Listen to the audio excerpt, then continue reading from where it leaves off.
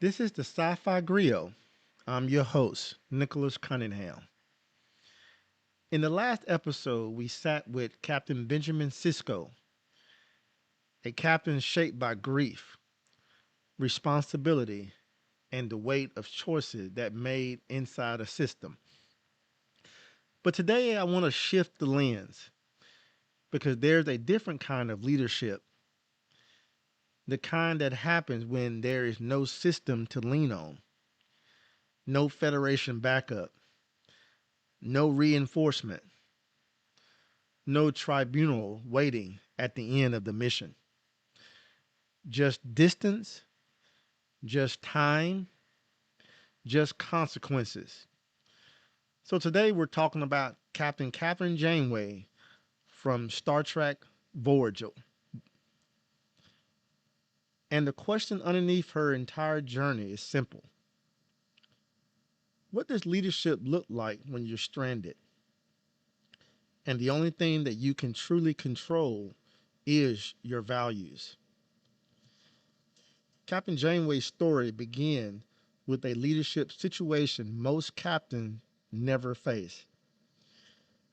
In the series premiere, Caretaker, Voyager is pulled across the galaxy, 70,000 light years from home.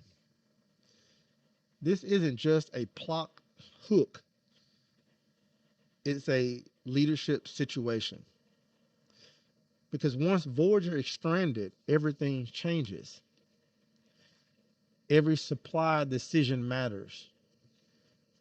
Every alliance is high stakes. Every moral compromise echoes for years. Every casualty is permanent. And Janeway isn't just leading an away mission, she's leading a mobile civilization. A ship, Voyager, becomes a town. A crew becomes a community. A captain becomes more than a captain. And right away, Captain Janeway makes a decision that defines her through the entire series.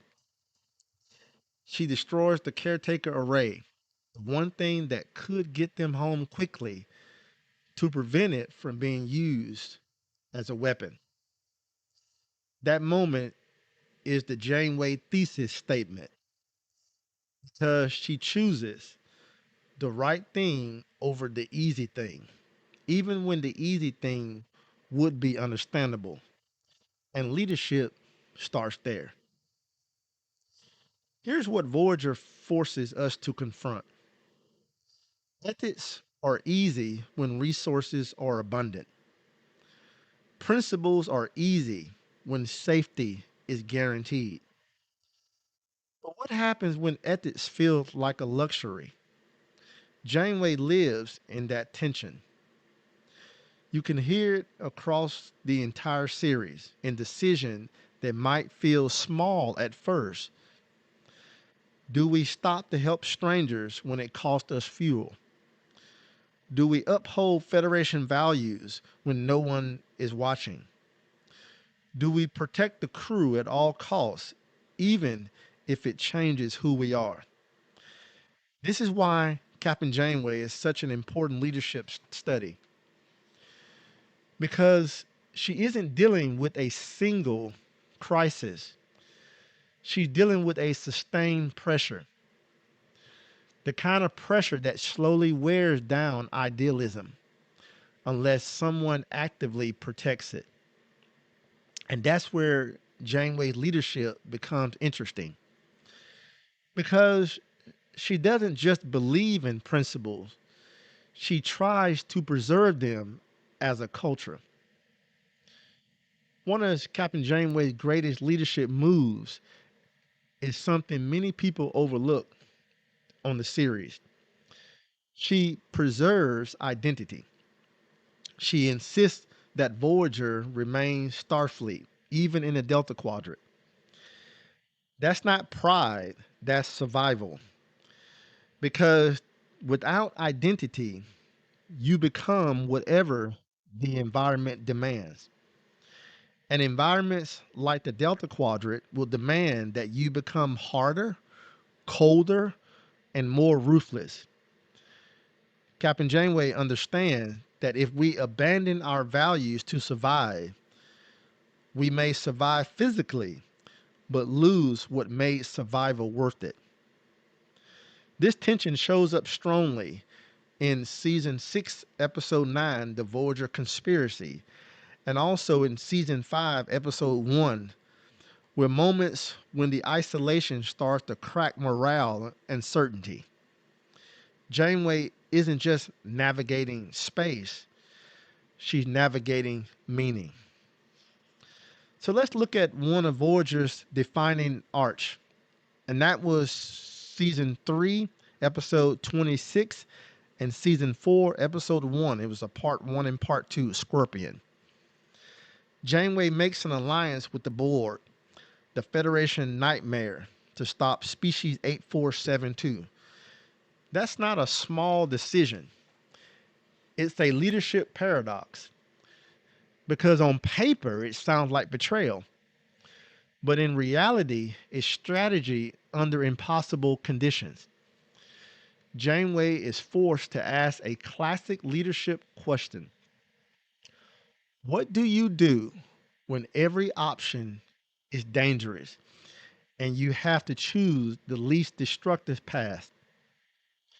She chooses to engage the Borg as a temporary partner, not because she trusts them, but because refusing the alliance could mean the end of her crew and possibly others. This isn't Janeway break rules. This is Janeway refuse to let purity become a death sentence. And that's what makes her complicated. The higher the responsibility, the lonelier the decision. Janeway often bears a unique isolation compared to the other captains. Captain Picard can consult Starfleet, debate with senior staff, and rely on a stable ship culture.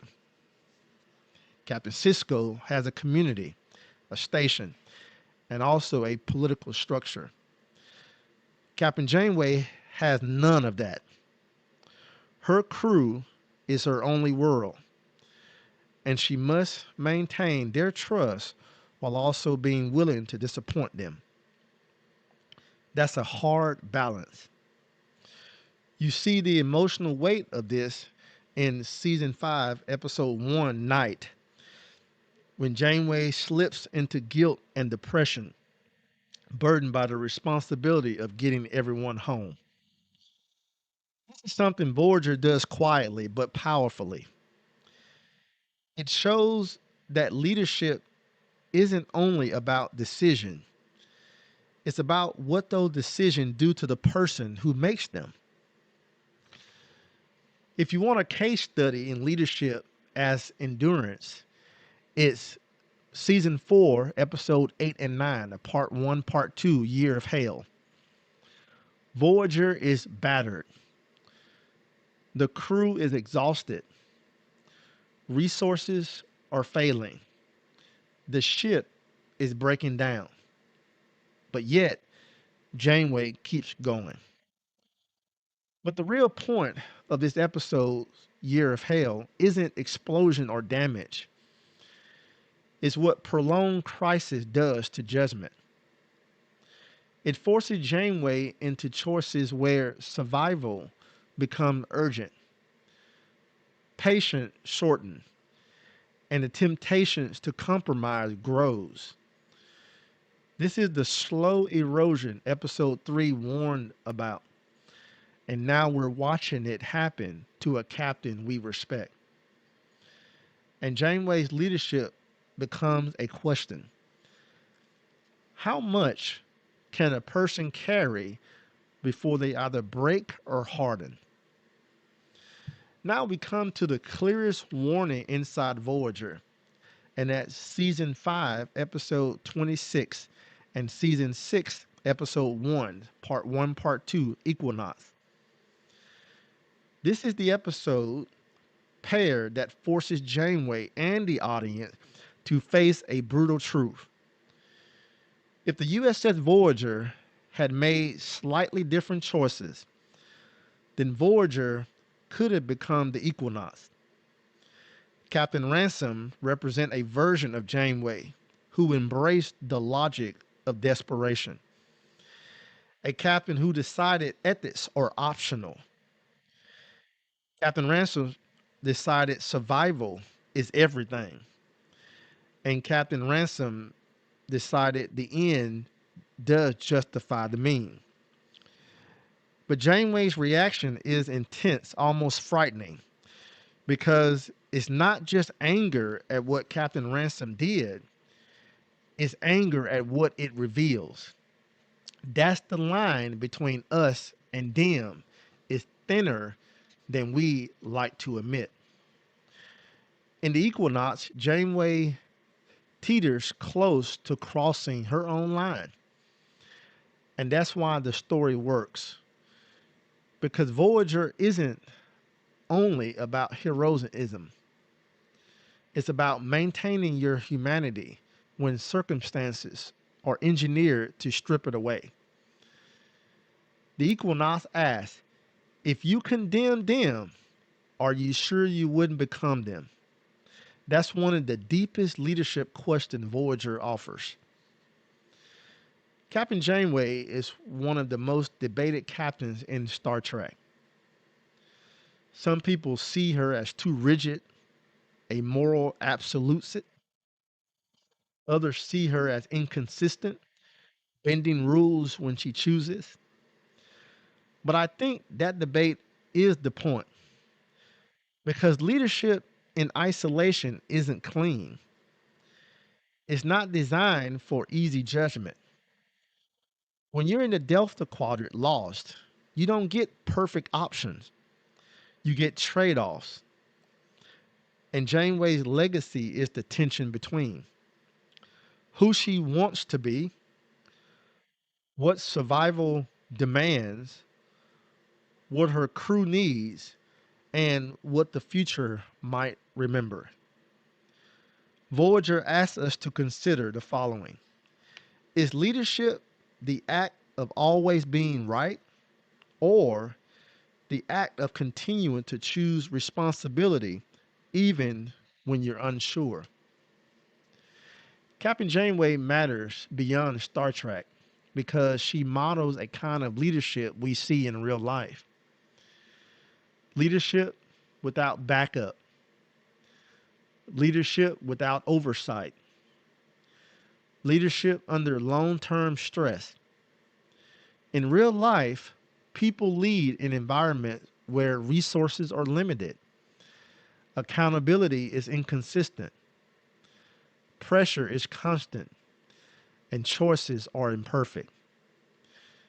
Captain Janeway's story reminds us that principles don't matter only when it's easy to keep them. They matter most when keeping them costs something. And she also reminds us of something else. If you're the person in charge, your choices become culture. People don't just follow your instructions, they follow your example. Captain Janeway shows us a truth that science fiction keep repeating. The future doesn't just need leaders with intelligence. It needs leaders with restraint. Leaders who understand that survival without values isn't victory, it's just continuation. Janeway doesn't always get it perfect, but she keeps returning to the same question. What kind of people do we want to be on our way home? This has been the Sci-Fi Griot, a place to slow down, to reflect, and to imagine carefully.